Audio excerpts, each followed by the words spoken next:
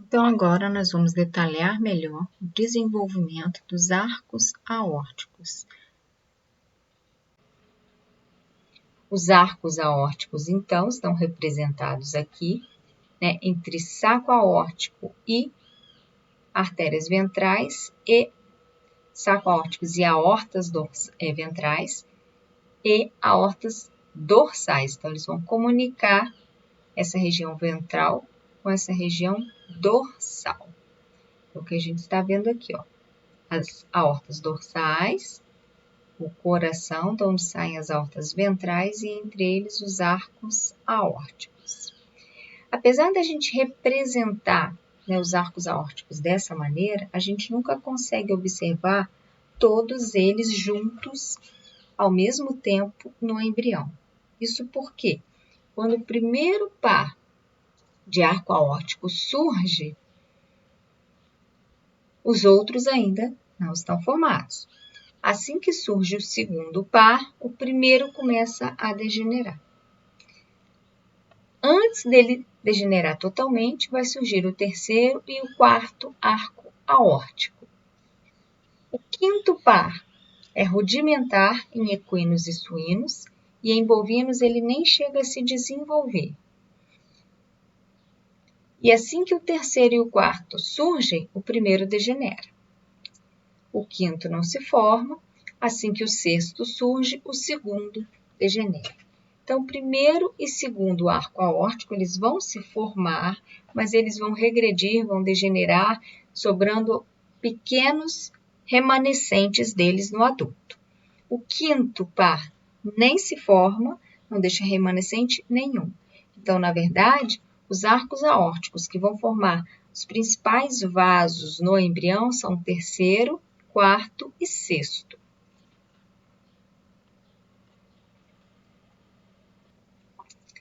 Então, o primeiro arco aórtico ele vai degenerar quase totalmente, formando apenas as artérias maxilares.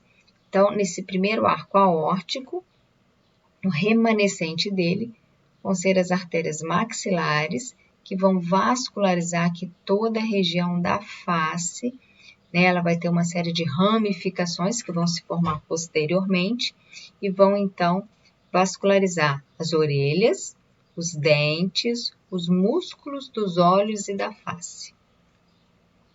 O segundo arco aórtico vai formar aqui, vai degenerar também, vai permanecer um pequeno remanescente, que é a artéria ióide e estapédia. Então, inicialmente, vai se formar aqui a artéria ióide e a artéria estapédia. Essas artérias, na verdade, elas passam aqui por dentro de um ossinho do ouvido, que é o estribo. Essas duas artérias, né, toda a artéria ióide e parte da artéria estapédia vão degenerar. Apenas a parte distal da artéria estapédia vai fazer uma anastomose aqui com outras artérias e formar a artéria meníngea média, que vai vascularizar, então, as meninges. O quinto arco aórtico degenera totalmente e não sobra nenhum remanescente vascular dele no adulto.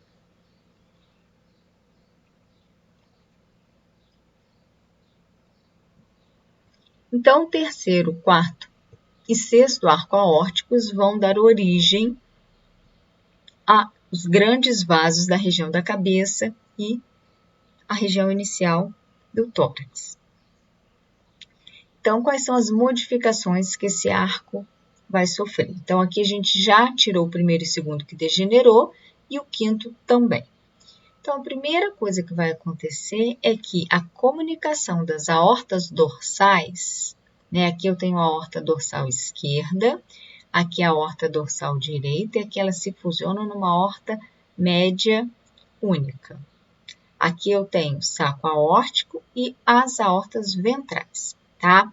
Então, a comunicação entre as aortas dorsais, entre o terceiro e o quarto arco, ou seja, aqui e aqui, vão degenerar. Então, aqui eu vou separar os vasos que vão vascularizar a cabeça dos vasos que vão vascularizar o início da região torácica. A comunicação entre a aorta dorsal direita e a aorta medial também é perdida. Só do lado direito.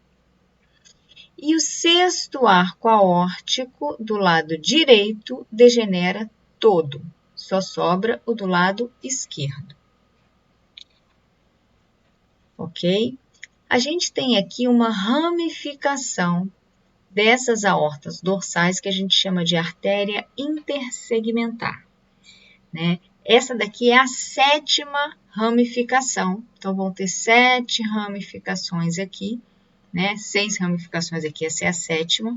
Então, essa é a 7ª artéria intersegmentar, que vai ser importante aqui na formação de vasos dessa região e por isso ela está representada. Então, assim que se perdeu a comunicação das aortas dorsais entre terceiro e quarto arco aórtico, se perdeu o sexto arco aórtico do lado direito e a comunicação da aorta dorsal direita com a aorta medial, a gente vai agora ter uma modificação nessas estruturas que restaram para formarem, então, os principais vasos do embrião. Então, o terceiro arco aórtico, que é só esse pedacinho vermelho que está aqui do lado esquerdo e do lado direito, ele vai formar uma conexão entre as carótidas comum e a carótida interna. Se a gente voltar aqui, o terceiro arco, que estava aqui em vermelho, né? Ele vai estar comunicando aqui o saco aórtico com a aorta dorsal, né? O saco aórtico e a aorta ventral com a dorsal, e à medida que essas estruturas se desenvolvem, ele vai ficar aqui, ó, nessa região, né, entre as carótidas comum e a parte inicial da carótida externa. Ó, desculpa, da carótida interna. Tá? O quarto arco aórtico, que está representado aqui do lado direito e aqui do lado esquerdo, ele vai formar a parte distal do arco da aorta e, do lado direito, o segmento proximal da artéria subclávia direita. Então, observem que a gente já tem uma diferença entre o lado esquerdo e o lado direito. O sexto arco aórtico, a gente viu que o lado direito degenerava, então o lado esquerdo vai formar o tronco pulmonar e a parte proximal das artérias pulmonares direita e esquerda. Além disso, ele vai formar aqui uma comunicação entre o tronco pulmonar e a aorta, que a gente chama de ducto arterioso. É uma comunicação importante para que o excesso de sangue que saiu do coração e veio para o tronco pulmonar seja jogado diretamente na aorta e não chegue até os pulmões que ainda não estão formados e não têm condição de receber uma grande quantidade de sangue. Então, é um desvio que ocorre no embrião. O saco aórtico, representado aqui em laranja, ele vai formar o tronco braquicencefálico e a parte proximal do arco da aorta. As aortas dorsais, a gente dividiu elas em craniais e caudais, tá? Então, a aorta dorsal caudal direita vai formar a parte distal da artéria subclávia direita. A aorta dorsal caudal esquerda vai formar o restante da aorta, que é a aorta descendente. E as aortas craniais, tanto direita quanto esquerda, vão formar as carótidas internas. Então, o início da carótida interna vem do terceiro arco e o restante das carótidas vem das aortas dorsais craniais. As aortas ventrais vão dar origem às artérias carótidas comum e às artérias carótidas externas. E a 7ª artéria intersegmentar vai formar do lado direito a parte distal da artéria subclávia direita e do lado esquerdo toda a artéria subclávia esquerda. Então, se a gente for ver uma evolução, né, desde o início dos arcos aórticos até o final, a gente vai ter isso aqui, né? Então, o saco aórtico, que estava aqui ventralmente, era único, ele vai formar parte do arco da aorta e o tronco braquicefálico. O terceiro arco aórtico vai formar a comunicação da carótida comum com a carótida externa.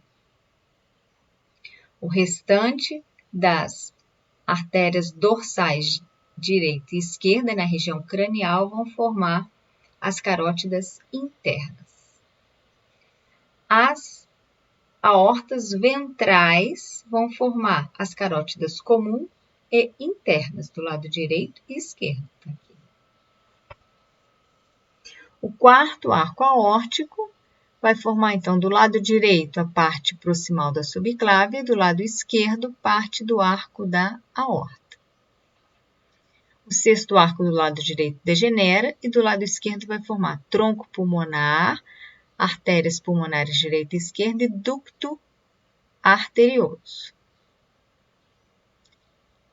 E as aortas dorsais caudais do lado direito vai formar parte da subclávia, do lado esquerdo vai formar a aorta dorsal descendente. E as 7ª artérias intersegmentares, do lado direito vai formar a parte distal da subclávia direita e do lado esquerdo vai formar toda a subclávia esquerda. Ok? Existe uma diferença entre os animais, onde carnívoros e suíno são muito próximos do que eu acabei de falar, né? Na verdade, o carnívoro ali é como se fosse o nosso animal modelo.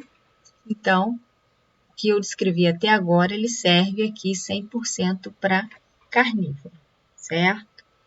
Suíno, o que acontece é que as duas carótidas saem do tronco braquicefálico como um único tronco bicarotídeo,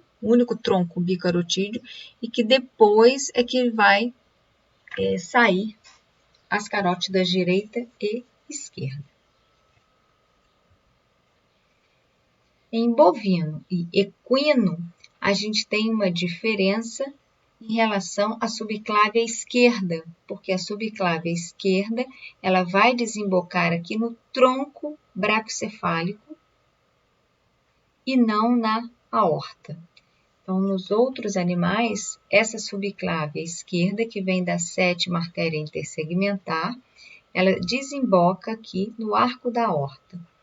Mas, em bovinos e equinos, ela desemboca no tronco braquicefálico.